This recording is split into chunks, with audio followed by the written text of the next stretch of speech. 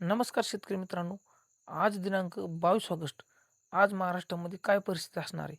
तर आजपासून महाराष्ट्रामध्ये अनेक जिल्ह्यांमध्ये रिमझिम प्रकारचा पावसाला सुरुवात होईल आणि ह्या रिमझिम पावसानंतर 25 ऑगस्ट नंतर 27, 28, 29 ऑगस्ट राज्यामध्ये मुसळधार पाऊस होईल आणि हा पाऊस रोज दररोज भाग बदलत सर्व जिल्ह्यांमध्ये पडेल.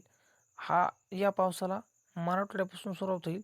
मराठवाड्यामध्ये जालना, छत्रपती संभाजीनगर, बीड जिल्हा, नांदेड, धाराशिव या जिल्ह्यांमध्ये 27, 28 आणि 29 तारीख मुसळधार पाऊस असणार आहे. हा पाऊस सर्व जिल्ह्यामध्ये नसणार आहे. हा पाऊस तुरळक जिल्ह्यामध्ये असणार आहे. विदर्भामध्ये सध्या खूप जोराचा पाऊस सुरू आहे. विदर्भातला पाऊस संपल्यानंतर खान्देश, जळगाव या ठिकाणी मुसळधार पाऊस पडणार आहे. म्हणून हा अंदाज संपूर्ण शेतकऱ्यांनी लक्षात घ्यायचा. महाराष्ट्रामधील नदी, नाले, विहिरी कधी भरणार? तर या नदी, नाले आणि विहिरी कधी भरून जाणार?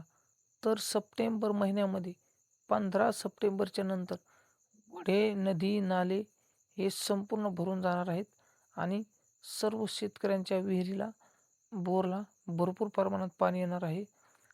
तळे व नाले, ओढे संपूर्ण भरून गेल्यानंतर परतीचा पाऊस धुमाकूळ घालणार आहे आणि परतीचा पाऊस संपल्यानंतर राज्यामध्ये 13 नोव्हेंबरला थंडी येणार आहे.